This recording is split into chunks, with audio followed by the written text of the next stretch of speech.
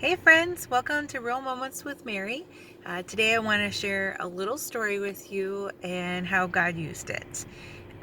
So recently, my gold minivan that I've had for a while has had like an oil leak, and it's gotten progressively worse, and I didn't realize how bad it had gotten.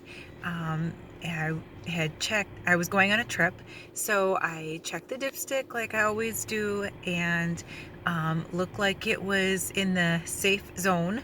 And so I kept on going with my trip, not realizing how bad the oil was leaking.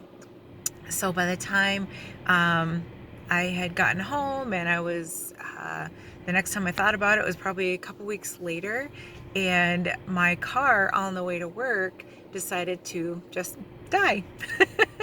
And then the oil leak came on, and I was like, okay. So I didn't want to check it on the side of the road because I didn't, maybe something could happen on the side of the road. So I decided to try to restart it and get into town, and that worked. So I got into town, and I had coffee with a friend, and then I took it to the gas station afterwards and checked the oil again, and it was like totally dry. I was like, oh man, okay. So I added some more oil to it, and got it to work where they were all helping me. They're like, well, let's let the oil get through the engine a little more, and I'll follow you. And so we went and drove around for a little while longer, and then I let it sit for a while, and I went back to check it, and man, it was still dry, and I just couldn't understand. So I put more oil and more oil, and it just seemed like it was not filling up. Like I couldn't believe it was that empty. I was like, I just checked that dipstick when I was on my trip, and I didn't think it was that low. And so I was actually checking it and showing it to my friend, and I was like, see, I think I know what I'm doing. I think I know I'm checking the dipstick right. And but really what had happened when I was on my trip before and I had checked it, I had misread the dipstick. It looked like it was wet in the right area, but it actually wasn't.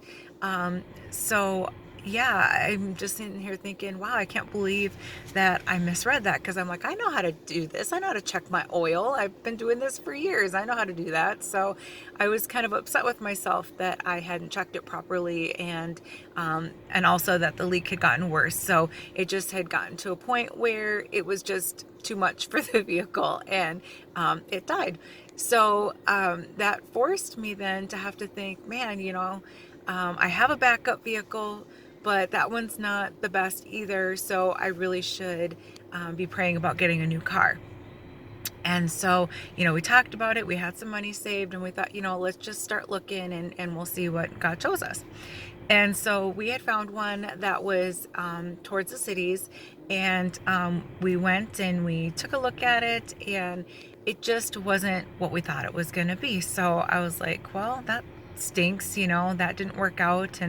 But before we had left to go look at this vehicle, I did look around a little bit more, of course, and I found another vehicle to look at a bigger dealership that was in the same town.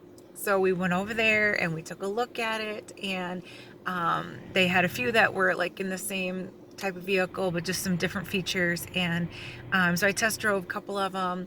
And then when I was bringing the last one back, um, I was uh, really in love with this vehicle. And I was like ready to like just buy it, done, sealed, whatever. And then there's Waylon standing with the sales lady, and they are bringing me a brand new 18 miles on it vehicle. And they're like, you know what? This is only $1,800 more than what you were thinking of spending, but it's brand new instead of having X amount of miles on it. And so we got in the car and we prayed about it, and I was just like, you know what, Lord, I don't see you putting any red flashing lights or brakes on here or closing any opportunities, so let's just go for it. And um, the Lord just totally provided, and we were just incredibly blessed with a brand new vehicle. So what did I get out of this story? Um, One, are you misreading your dipstick? It sounds funny, but sometimes, a situation or a person or something along that where we totally misread what is happening. We are not measuring it correctly. We're not looking at it the way that God would have us look at it. And when we do that, sometimes it can kind of blow up in our face.